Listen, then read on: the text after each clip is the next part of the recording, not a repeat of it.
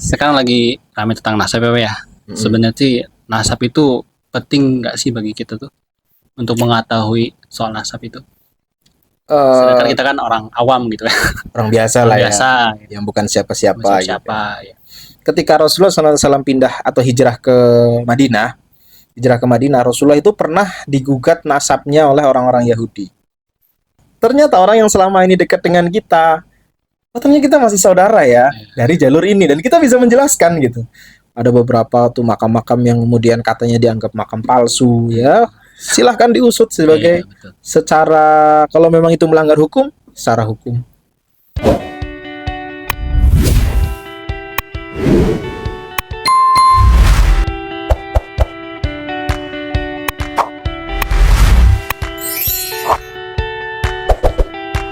Assalamualaikum warahmatullahi wabarakatuh. Selamat sore teman-teman. Kembali lagi di podcast Goresan Kisah. Kembali lagi dengan saya Saidin dan di samping saya Pak Fahmi. Sehat Pak? Alhamdulillah. Gimana Din hari ini? Alhamdulillah sehat. Alhamdulillah. Alhamdulillah. Kita ketemunya kalau ini doang ya, take podcast doang ya. Iya. Jadi ada jadwalnya sehari ketemu nih. Sehari ya, seminggu Ketemu, sekali ya ketemu. Seminggu sekali ketemu. Ya masing-masing punya kegiatan kerja ya. Kamu yang kerja. Saya kerja. Saya pengangguran. Pengangguran tapi sibuk di HP nih, harus aktif on. Ya saya pengangguran mah. Pengangguran aja duitnya tebel Pak. Saya mah nggak ada kerjaan juga nggak saya kerjain. Ya kan Kayak yang pengacara itu. Tapi mengalir terus ya. Amin. Ntar saya ikutin dia. Janganlah, jangan ikutin jejak saya. Sesat nanti. Uangnya. Oh, uangnya. Mudah-mudahan amin. Alah, luar biasa. Kamu yang kayaknya sibuk. Setiap weekend tuh kayaknya saya lihat statusnya tuh. Waduh. Ya, saya juga belajar. Kayaknya jadi BA deh sekarang. Brand ambassador. Ya, saya juga lagi belajar ini untuk ya, ada kegiatan usaha gitu ya, ada tambahan lah ibaratnya kan ya, kegiatan yang positif. Ya, tapi jalan ya apapun itulah Ya, kita coba kerjain. Coba terus. Pokoknya selagi masih ada kemampuan, kesehatan, waktu ya gitu. Itu harus dimanfaatkan dengan baik. Iya, ya kita nggak pernah tahu nanti kita ininya di mana, Den. Gagalnya di mana. Gagalnya di mana dan berhasilnya di mana. Ini kita nggak pernah tahu. Makanya ya udah, ayo kita cobain aja. Betul. Gitu. Karena kata orang itu kesuksesan itu nanti perpaduan gitu. Kesuksesan itu perpaduan antara kesempatan dan kesiapan. Jadi kata orang itu dan ini saya percaya sih dari dulu itu saya percaya bahwa yang namanya kesuksesan itu adalah pertemuan antara kesempatan dan kesiapan. Nah, kesempatan ini orang bilang kesempatan tidak datang dua kali kan? Ya, betul. Tapi kesempatan akan selalu datang kepada orang-orang yang tidak pernah berhenti mencoba. Cakep sekali kata-katanya. Ya. Dan kemampuan ini ya tanggung jawab kita. Kita yang harus mempersiapkan diri. Mungkin kita melakukan sesuatu yang kita pikir hari ini tuh, wah ini mah nggak ada gunanya, atau mungkin nggak terlalu ini, atau mungkin kita berpikirnya ini saya belum bisa menghasilkan melakukan ini gitu. Tapi kita nggak pernah tahu bahwa ternyata skill yang kita asah itu di waktu tertentu nanti ketika kesempatan itu datang justru memberikan menjadi titik di mana kesuksesan itu dimulai. Tadi karena kesempatan datang dan kita sudah mempersiapkan. Nah, banyakkan orang itu mereka menunggu kesempatan tanpa mempersiapkan diri. Makanya ketika kesempatan itu datang, ya lewat begitu aja deh. Jadi ada kesempatan kita maju mencoba. Iya. Hasil. Kenapa kita waktu ada kesempatan kita berani ngambil? Karena kita udah siap. Karena kita udah mempersiapkan diri. Gitu. Waduh, ini baru mulai langsung motivasi banget ya. Harus kita biar semangat lagi. Biar semangat apapun kondisinya, pokoknya kita jalani dengan bahagia. Katanya. Happy. Gimana, Din? Gimana hari ini podcast kita mau ngobrol apa nih? Kayaknya yang masih lagi panas-panas ini Pak. Masalah nasab gelar Ngelanjutin podcast kemarin. minggu lalu berarti ya, kemarin ya. yang masih hangat nih, belum dingin. Eh, Kita panasin sebenarnya lagi. sih, iya sih. Sebenarnya sih kalau dibilang hangat sih kayaknya ya. Kalau di timeline saya sih sebenarnya sudah nggak terlalu ya, karena kemarin udah agak lewat tuh. Tapi memang temponya kayaknya lagi agak mulai naik lagi. Tapi di beberapa ini yang lain, di beberapa hal yang lain, tapi masih menjadi ini sih. Saya bilang begitu tentang nasab ini. Iya, tentang nasab itu, Pak. Kemarin kan kita sudah ngebahas tentang nasab ya, Pak ya. Saya pengen tahu lebih dalam lagi Yes. tentang nasab itu. Boleh. Kita coba Ya. elaborasi bersama. Oke. Sekarang lagi rame tentang nasab ya, Pak ya. Sebenarnya sih nasab itu penting nggak sih bagi kita tuh untuk mengetahui soal nasab itu? Sedangkan kita kan orang awam gitu ya. Orang biasa lah ya, Biasa. yang bukan siapa-siapa. Gitu. Ya. Ya, jadi pertama nasab itu apa sih gitu kan? Nasab itu kan sebetulnya jalur keturunan lah ya, keturunan. Sebenarnya di ilmu nasab itu setidaknya ada dua hal yang perlu kita tahu. Ada jalur nasab dari keturunan ayah dan jalur nasab keturunan ibu. Ada namanya patrilinear, ada namanya matrilinear gitu. Jadi patrilinear itu dari jalur ayah, nanti matrilinear dari jalur ibu gitu. Ya contoh misalkan nih ya, Naruto. Naruto itu dari jalur bapak, ya bapaknya siapa? Minato. Tapi kakeknya juga saya nggak tahu sih ya. Kakeknya lagi nggak tahu ya. Jangan Naruto. Naruto nggak tahu nasabnya, dia nggak ketahuan nasabnya. Cuma sampai Minato doang. Oke, tapi balik lagi ke yang tadi penting nggak sih kita tahu nasab gitu kan? Sebetulnya Nabi Muhammad SAW itu di dalam Al-Quran diceritakan bahwa beliau pernah digugat oleh orang-orang Yahudi ketika awal-awal beliau hijrah ke Madinah. Ya.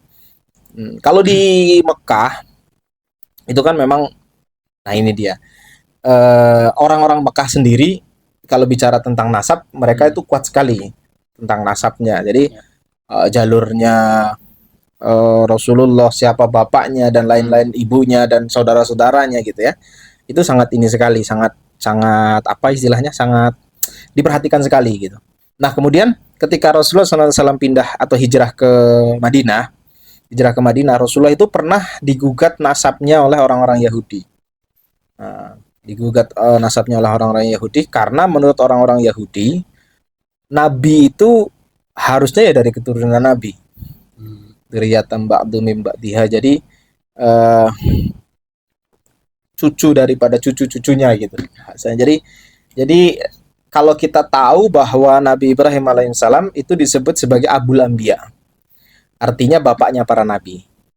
Nah, Nabi Ibrahim alaihissalam itu punya anak keturunan itu yang anak keturunannya itu nanti kelak tuh jadi nabi-nabi semua. Nabi dari jalur Nabi Ibrahim. Ya. Jadi Nabi Ibrahim punya anak dua, Nabi Ismail sama Ishak. Ya. Nah, dari keturunan Ishak ini kemudian nanti jalur jadi keturunan orang-orang Yahudi gitu kan bahasanya kan. Klan atau bangsa Yahudi. Ya, Yahuda dan seterusnya. Nah,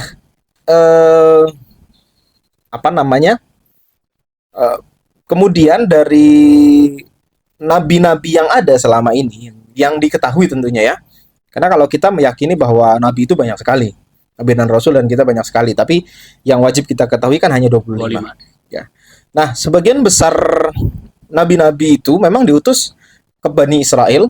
Yang perlu kita ketahui tadi, itu memang diutus kepada Bani Israel, dan mereka itu memang dari keturunan orang-orang Bani Israel. Misalkan Nabi Ishak punya anak Yakub. Yakub itu punya anak 12 ya. Yang kemudian di situ Yakub itu punya gelar Israel ya namanya, makanya disebut sebagai Bani Israel. Nah, nabi-nabi itu banyak kemudian dari jalur sini. Nabi Yusuf, kemudian Nabi siapa ya? Daud, Sulaiman, kemudian sampai Musa, kemudian Harun, kemudian bahkan sampai Nabi Isa, Yahya, itu semua dari kaum Bani Israel.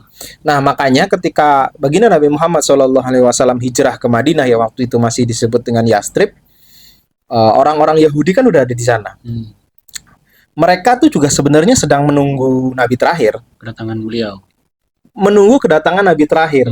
Tapi mereka berpikir sebagaimana kebiasaan-kebiasaan yang lalu bahwa nabi itu ya akan muncul dari keturunan Bani Israel.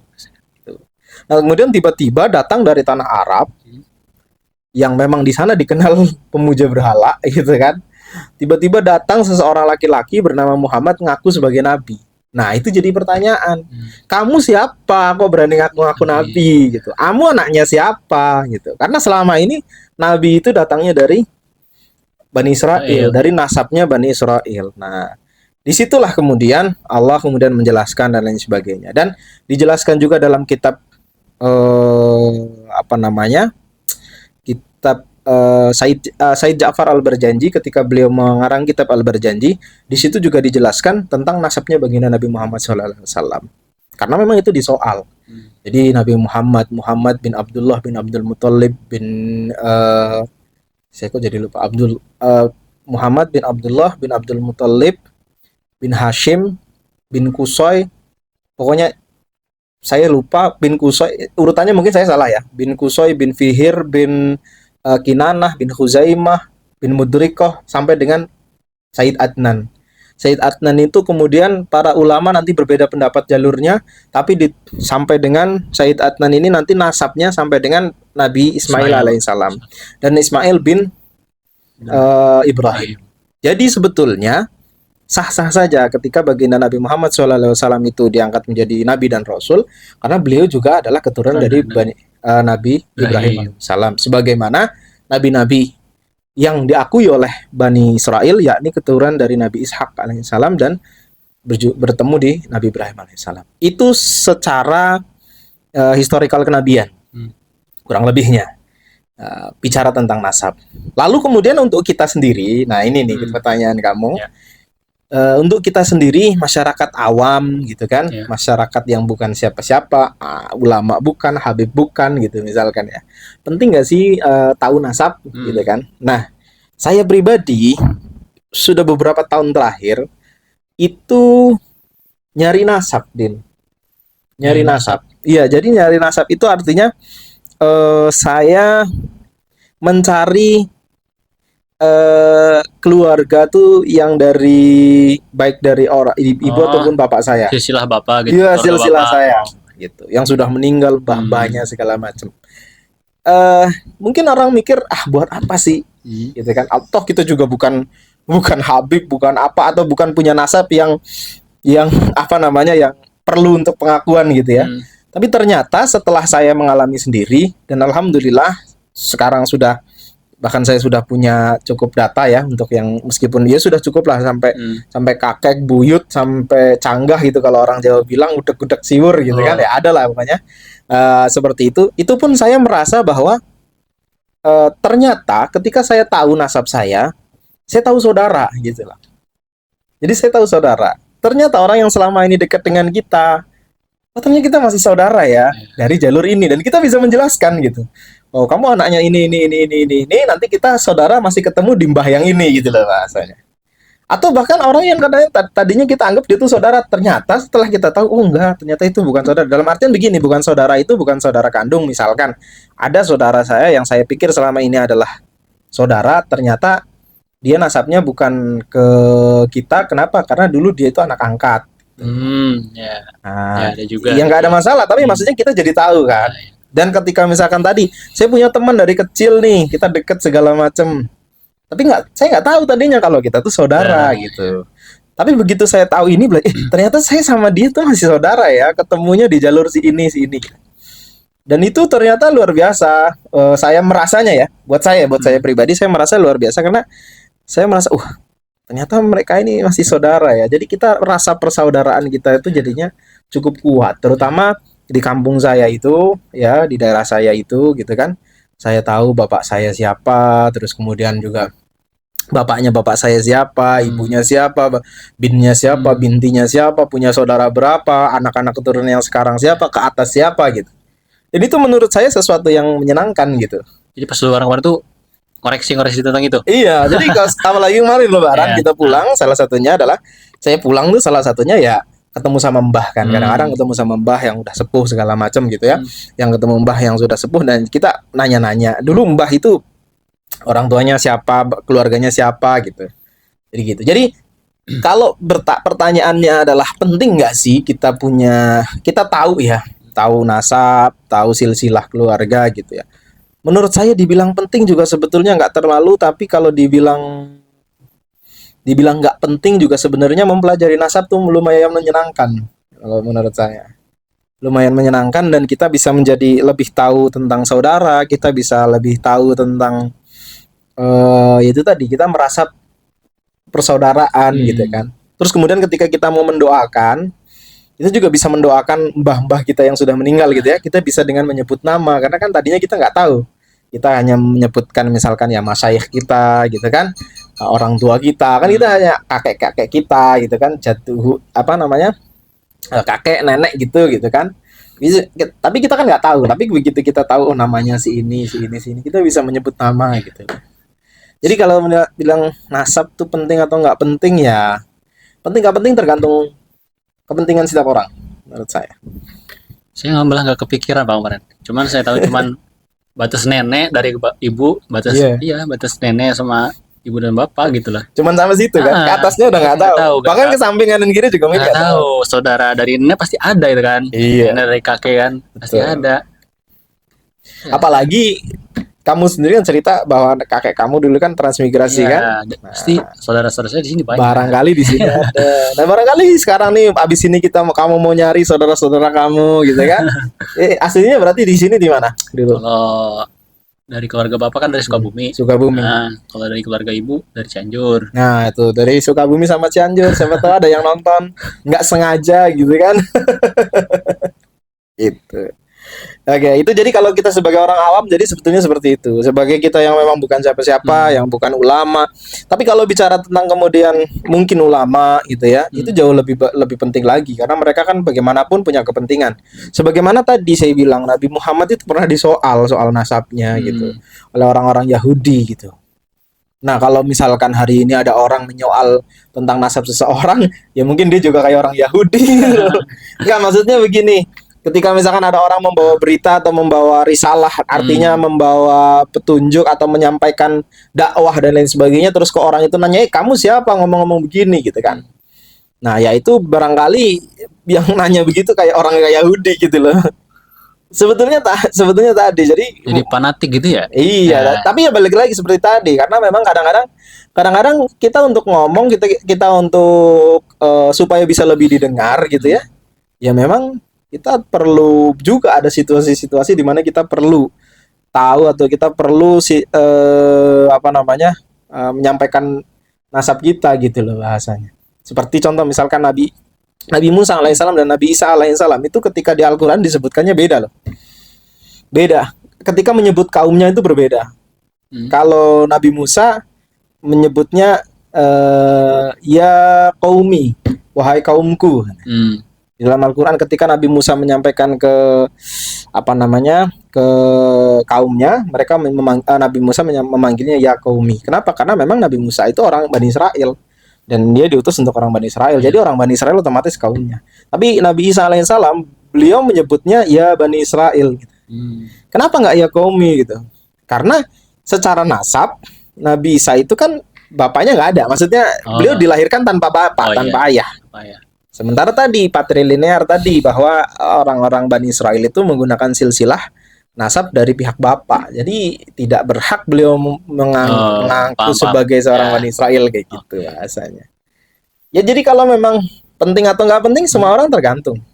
Ada nanti orang-orang yang punya kepentingan dengan nasab, yang merasa penting dan lain sebagainya gitu. Jadi kurang lebihnya begitu. Jadi kalau kita tahu nasab gimana ya, kalau kita nolong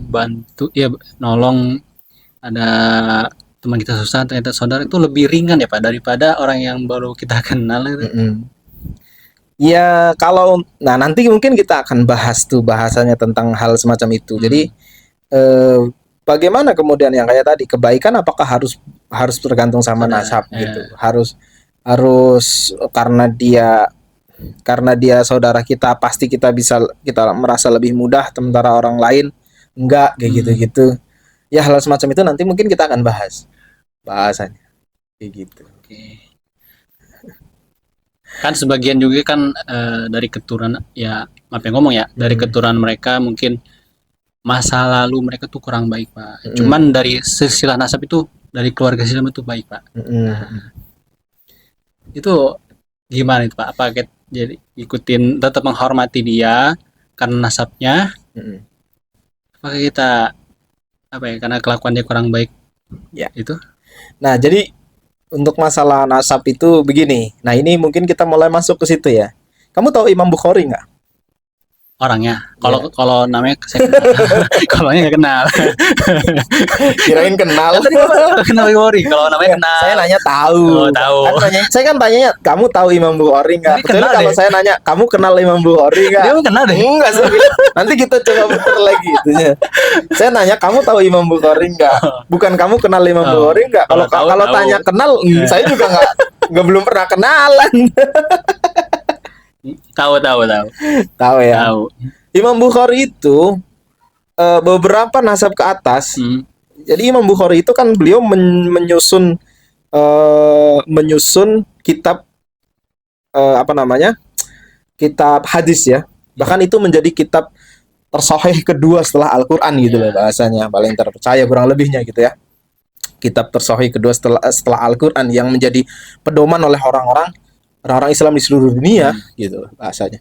Beliau itu beberapa keturunan di atasnya itu masih bukan orang Islam.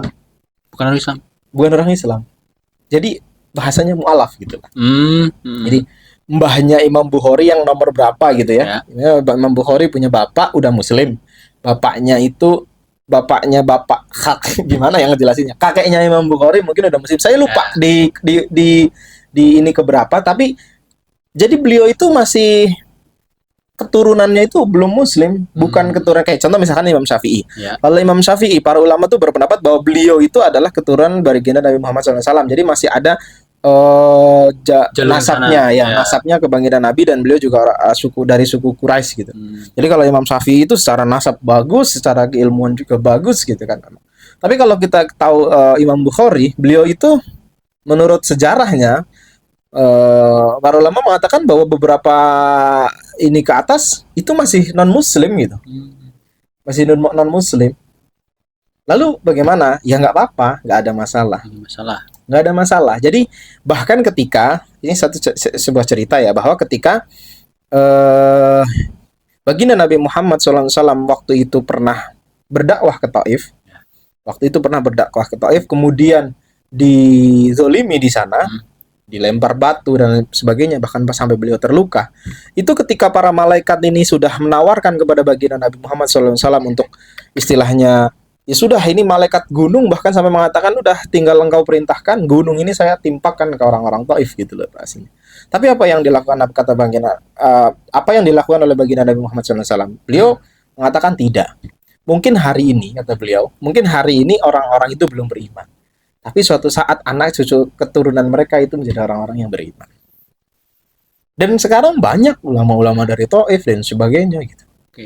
Orang-orang. Nah itu satu lagi. Satu lagi. Kamu tahu Khalid bin Walid? Khalid bin Walid tahu. Nah, kamu tahu siapa bapaknya? Bapaknya nggak tahu. Ya kalau Khalid bapaknya ya Walid, kan Khalid bin Walid. Iya Walid. Walid bukan Walid yang film kemarin, bukan gitu ya. Khalid bin Walid. Berarti bapaknya Walid. Yeah. Namanya bapaknya Walid bin Mughirah. Kamu tahu kakeknya Khalid? Bin Mughirah. Mughirah. Berarti udah pinter nih. Kan Khalid bin Walid. Tadi saya bilang bapaknya namanya Walid bin Mughirah gitu kan. Nah itu tes juga. Ya kalau nggak gitu kan ya berarti kan ada peningkatan deh ya. Bagus. Jadi Khalid bin Walid itu terkenal sebagai panglima perangnya baginda Nabi Muhammad SAW. Bener nggak? Bener, kita semua tahu. Bahkan beliau punya gelar Saifullah. Apa itu? Saifullah itu artinya pedangnya Allah Subhanahu wa taala. Tapi bapaknya Khalid bin Walid yaitu Walid bin Mughirah itu orang yang paling salah satu orang yang menentang baginda Nabi Muhammad sallallahu alaihi wasallam. Begitu. Kemudian Abu Lahab punya anak Ikrimah dan lain sebagainya. Jadi orang-orang terdahulu ya masih banyak yang orang-orang yang misalkan jahat dan lain sebagainya. Bahkan di Jawa atau di Indonesia ya pada umumnya. Di Indonesia tuh keren. Kadang-kadang orang bapaknya itu nggak sholat, anaknya dipesantrenin, anaknya jadi ulama. Kadang-kadang anaknya bapaknya atau orang tuanya masih penjahat gitu ya, bapaknya pesan udah yang jahat saya aja, kamu jangan. Ya, Jadi seperti itu. sering terjadi sih. Saya pernah. Ya, rajin ibadah, anaknya kurang. Ya. Anaknya rajin ibadah, bapaknya yang kurang. Ya, jadi seperti itu. Makanya tadi masalah nasab ya nggak ada masalah ketika misalkan kita tahu oh ternyata bapak saya ada yang atau mbah-mbahnya terdahulu, apalagi sudah mbah-mbah terdahulu gitu ya. Ya nggak ada masalah dalam artian ya itu punya kehidupan masing-masing. Ya paling nggak kita doakan lah seperti itu. Tapi bukan berarti kemudian kita menghakimi seseorang dari masa lalunya karena mbahnya atau mbah-mbahnya dulunya pernah melakukan kesalahan terus kemudian dia kita hakimi atas kesalahan mbahnya. Nah itu kita nggak seperti itu. Berarti nggak jadi masalah ya dari masa lalunya kurang baik.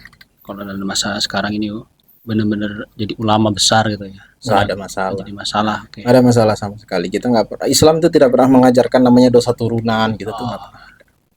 Dosa ya akan selesai ketika orangnya misalkan sudah meninggal, ya mereka akan mempertanggungjawabkan sendiri. Gitu deh. Lalu sekarang kan banyak rame-rame tentang ini ya nasab ya. Terus kalau menurut Bapak ini tentang polemik nasab ini bagaimana? Jadi polemik nasab terutama nasab ini ya, para habaib ya.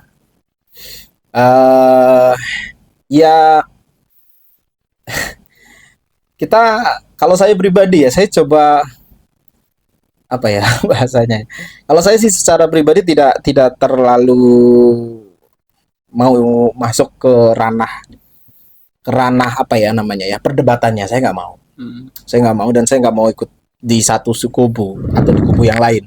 Saya juga tidak akan masuk di kubu yang apa namanya tidak di kubu yang apa bahasanya tadi menolak ya kan. Menolak, saya juga tidak berada di kubu yang ingin mendukung gitu. Jadi bahasanya seperti tadi yang disampaikan. Tapi sedikit kita mencoba untuk objektif gitu loh bahasanya.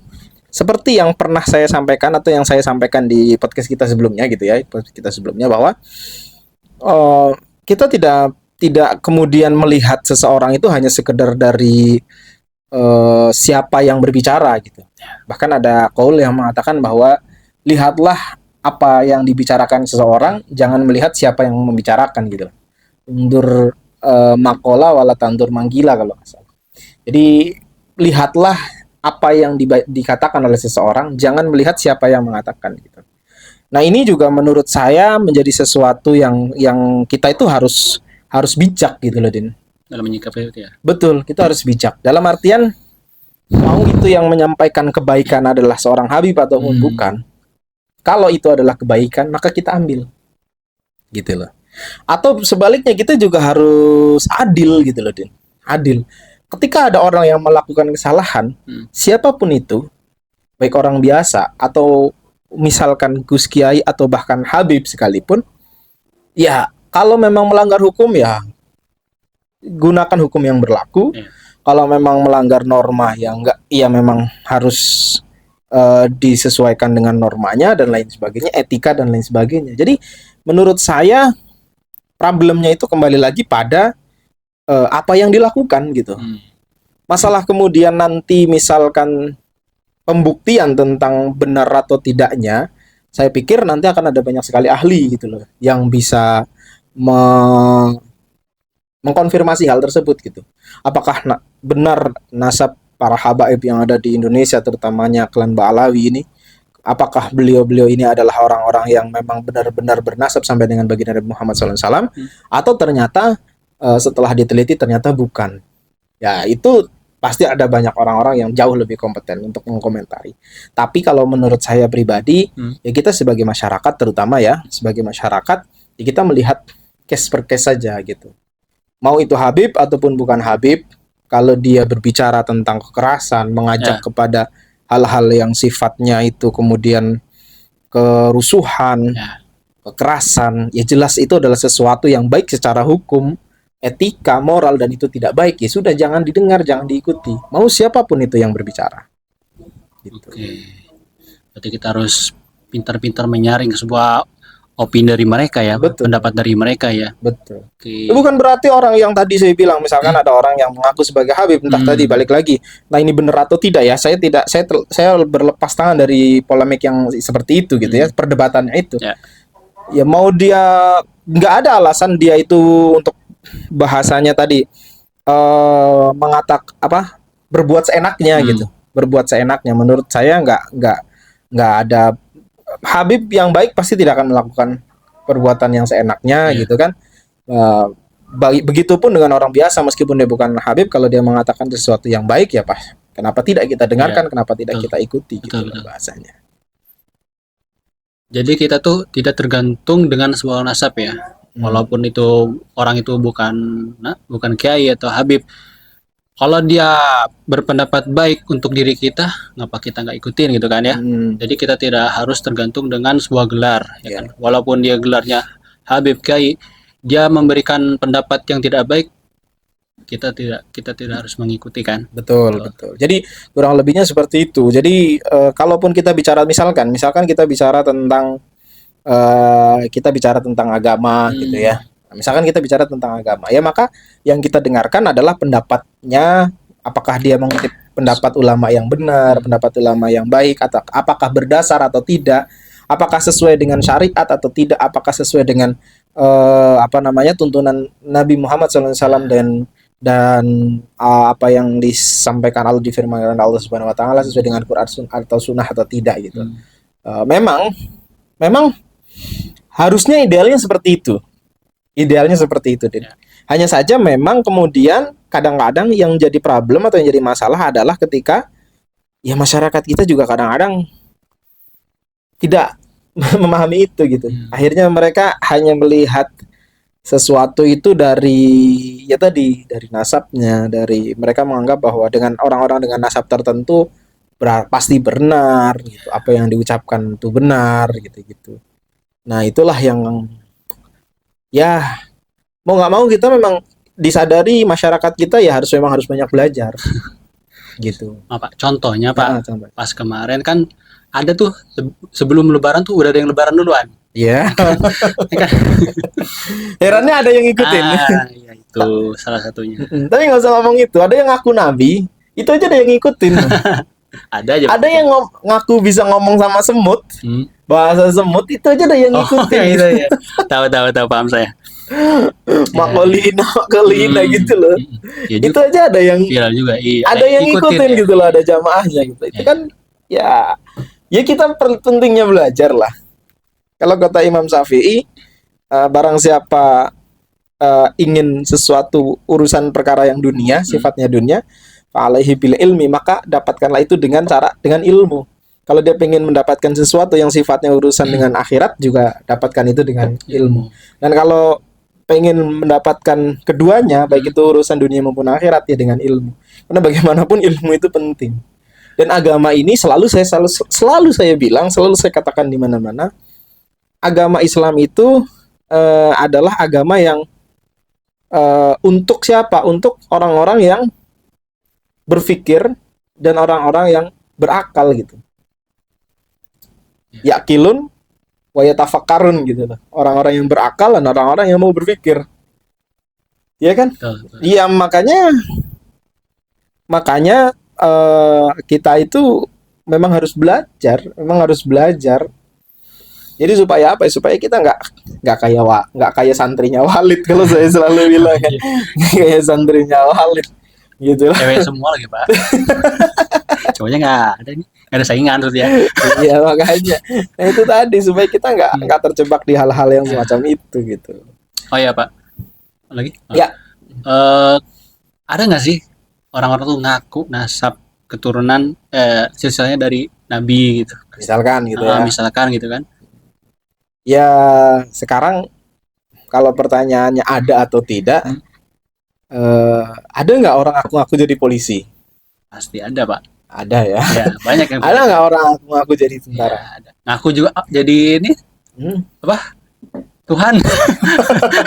Iya, bahkan ada yang aku jadi nabi. Iya, betul. Ya, Lia Eden dulu kan segala Oh macam. iya, benar. Terus siapa Ahmad Musodek ya dulu kalau nggak salah ya, Hmm. aku jadi nabi lah segala macam. Jadi kalau kalau pertanyaannya ada atau tidak, ya bisa jadi ada.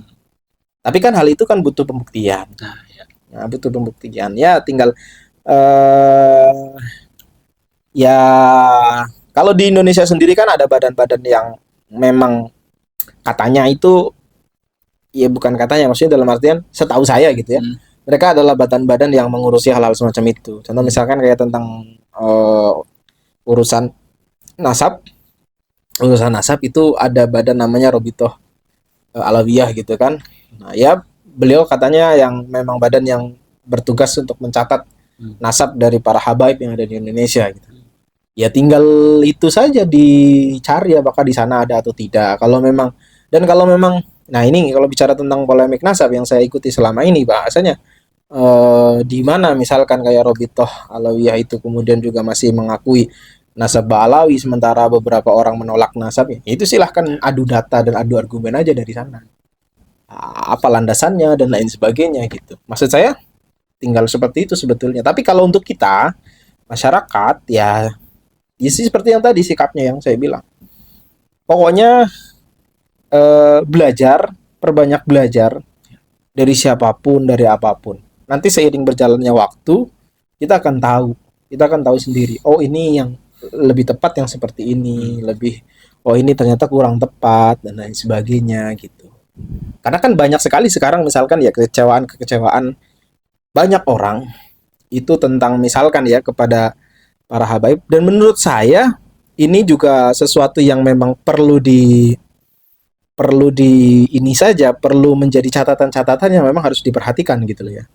Tapi bukan berarti kemudian kita membenci secara keseluruhan. Contoh misalkan ya kayak pengajian-pengajiannya para habaib. Ya kalau dulu di sekitar sini kan banyak yang solawatan segala macam. Sekarang kayaknya trennya lagi bergeser ke area Jawa gitu, terutama daerah saya itu Jawa Tengah. Dulu saya lihat nggak terlalu ramai, tapi sekarang larinya trennya ke sana. Kalau dulu saya ngelihat tuh di Jakarta itu rame tuh kalau pengajian ada solawatan gitu kan bahasanya. Solawatan. Saya sendiri senang nggak? Saya senang dan saya beberapa kali juga ikut segala macam gitu ya. Dulu kan trennya saya lihat ada banyak di Jakarta, di sekitaran sini gitu. Maulid di mana-mana gitu. Di tempat saya atau di daerah Jawa, setahu saya hanya beberapa kelompok tertentu. Bahkan ya paling di pesantren-pesantren gitu kan. Bahkan saya dulu waktu di Jawa itu belum rame Maulid Simtuduror, saya udah diajarin gitu sama guru saya segala macam itu sudah. Tapi ya memang dulu sempat rame beberapa waktu terus hilang. Sekarang kayaknya lagi ramenya cukup rame, booming luar biasa. Nah, yang menjadi problem adalah ketika misalkan acara-acara seperti itu meninggalkan hal-hal yang banyak yang seharusnya tidak perlu atau seharusnya tidak terjadi gitu. Contoh misalnya khalwat, justru laki-laki dan perempuan bercampur kayak gitu-gitu. Terus karena banyak anak muda gitu kan, banyak anak muda itu justru malah jadi kesempatan untuk berduaan dan lain sebagainya. Hal-hal semacam yang menurut saya itu kritik yang harusnya itu menjadi sesuatu yang ya sudah, kritik itu memang baik dan ya dipertimbangkan. Atau misalkan ada beberapa majelis-majelis sholawat, ya saya bilang nggak semuanya, saya juga bilang karena saya ngikutin yang misalkan kayak ya Habib Syekh itu jelas-jelas melarang menyampaikan gitu kan.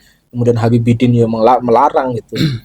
Itu kalau yang misalkan lagi sholawatan terus saya joget-joget segala macam gitu kan, banyak juga tersebar di sosial media kan itu yang kemudian menjadi hal-hal yang menurut saya itu perlu jadi catatan itu aja. Tapi bukan berarti kemudian kita menghakimi secara keseluruhan hal itu adalah sesuatu yang buruk gitu. Kalau kita melihat ada sesuatu yang salah ya kita perbaiki saja kesalahannya gitu. Tidak kemudian lantas menjustifikasi oh yang pengajian begini salah, yang pengajian begini yang benar gitu. Ya nggak seperti itu juga. Ya apa yang ada di dalamnya kita pelajari, kita dengarkan selama memang apa yang disampaikan adalah sesuatu yang benar, sesuatu yang memang sesuai dengan syariat, sesuai dengan apa yang disampaikan oleh baginda Nabi dan kemudian sesuai dengan syariat yang Allah Subhanahu wa taala kehendaki dan kemudian membawa kebaikan untuk kita, ya kita ikuti gitu. Tapi kalau ternyata ada hal-hal yang sifatnya kemudian harus diperbaiki, saya kira dari kedua belah pihak yang mengkritik juga jangan kemudian sampai berlebihan mengkritiknya, sampai menyalahkan terlalu berlebihan. Yang dikritik juga harus menerima dan memperbaiki. Betul.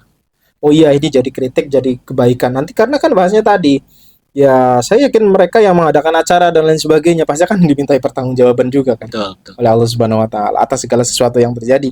Makanya hal itu perlu nanti diperbaiki untuk yang lain supaya syiar kita itu, ya Islam itu adalah agama yang untuk semua orang. Kadang-kadang memang bahasanya masyarakat kita terutama ya, itu nggak semuanya mau ketika bicara di majelis atau belajar agama di majelis yang memang khusyuk, yang memang ngaji kitab gitu.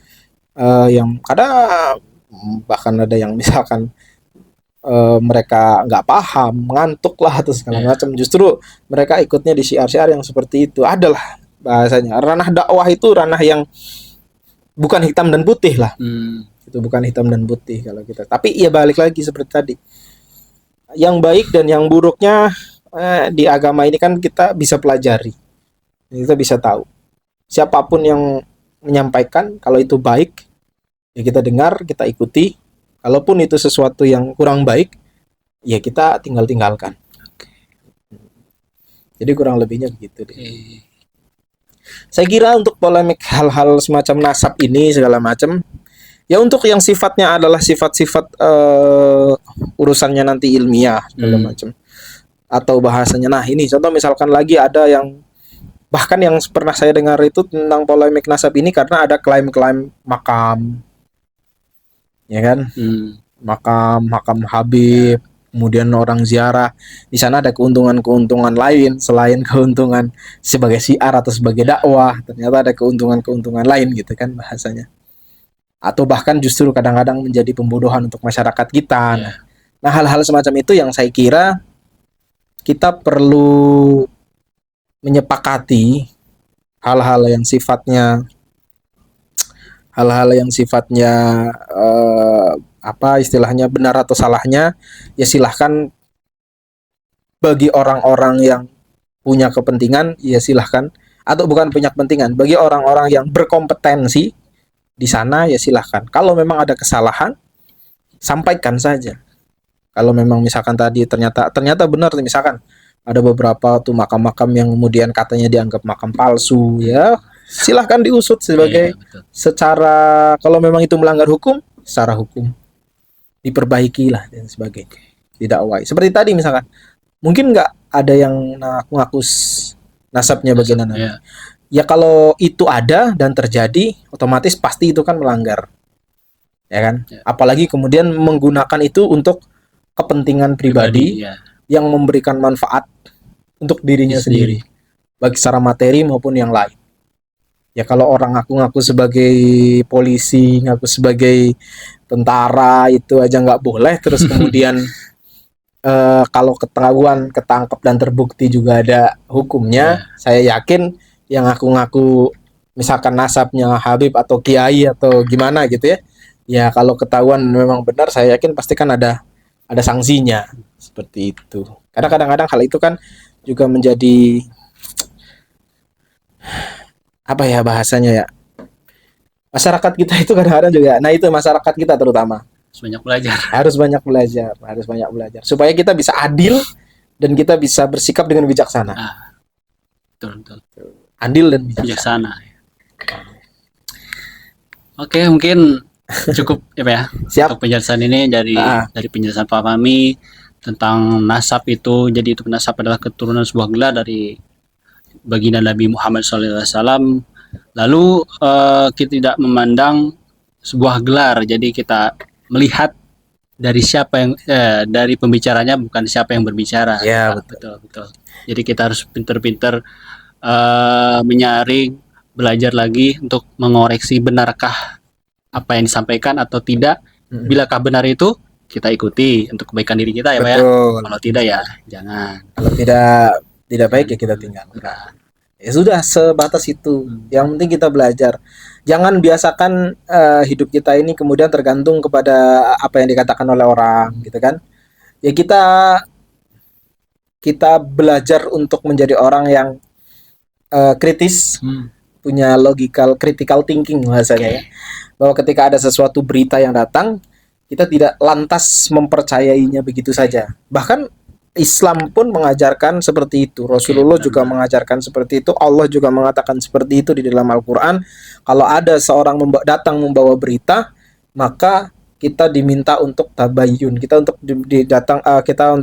diminta untuk mencari kebenaran dari berita tersebut. Gitu. Apakah ini benar atau enggak? Jangan kemudian orang datang dengan pakaian yang seperti apa gitu ya, bahasanya kelihatan orang kaya, terus kemudian dia bicara investasi, kita main ikut aja, padahal kita tidak memverifikasi berita ini. Atau bahasanya ada orang bergamis, kelihatan Timur Tengah, bergamis kemudian bersorban gitu ya, kemudian dia bicara tentang sesuatu, kita tidak memverifikasi, kita tidak mencari tahu kebenaran beritanya, kemudian kita ikut saja, kan tidak seperti itu. Ya, kalau dalam hal dunia saja, seperti tadi ada orang datang naik mobil misalkan pakai jas gitu ya, terus dia menawarkan investasi, menawarkan bisnis gitu kepada kita saja masih meng-cross check berita itu, apakah investasinya benar atau tidak, atau investasi bodong atau apa segala macam. Mobil yang dia pakai bisa saja ini benar mobil dia atau sekedar rental, sewa. Pakaiannya juga pakai jas segala macam hanya untuk meyakinkan kita atau bagaimana gitu kan. Kita di urusan yang dunia saja melakukan itu, cross check, melakukan verifikasi terhadap sebuah berita. Kenapa untuk urusan-urusan yang sifatnya agama, sifatnya akhirat, bahkan yang konsekuensinya tidak hanya di dunia tapi juga sampai dengan akhirat, ketika ada berita yang datang kepada kita, kenapa kita tidak berusaha untuk istilahnya melakukan cross check atau kita melakukan verifikasi terhadap berita yang datang. Apakah ini benar dari Rasulullah? Apakah benar ini dari Allah Subhanahu wa taala, atau hanya perkataan seseorang yang punya kepentingan, yang dia memiliki kepentingan dan untuk kepentingan dia sendiri perkataan ini. Supaya kita lebih berhati-hati tentang hal seperti itu, supaya kita tidak terjatuh dalam hal-hal yang sifatnya tidak baik. Itu ya, mungkin saya kira sudah cukup panjang pembicaraan kita karena ini juga udah maghrib. Ya, maghrib. Jadi kita mungkin cukupkan ya Din ya. Mungkin juga pembahasan nasab ini cukup 2 episode saja. Nanti kita selanjutnya bahas yang lain. Oke, siap. Ya, kita tutup. Kita terima kasih banyak. Kita tutup. Jangan lupa like, comment, dan subscribe. Gitu dong. Ya.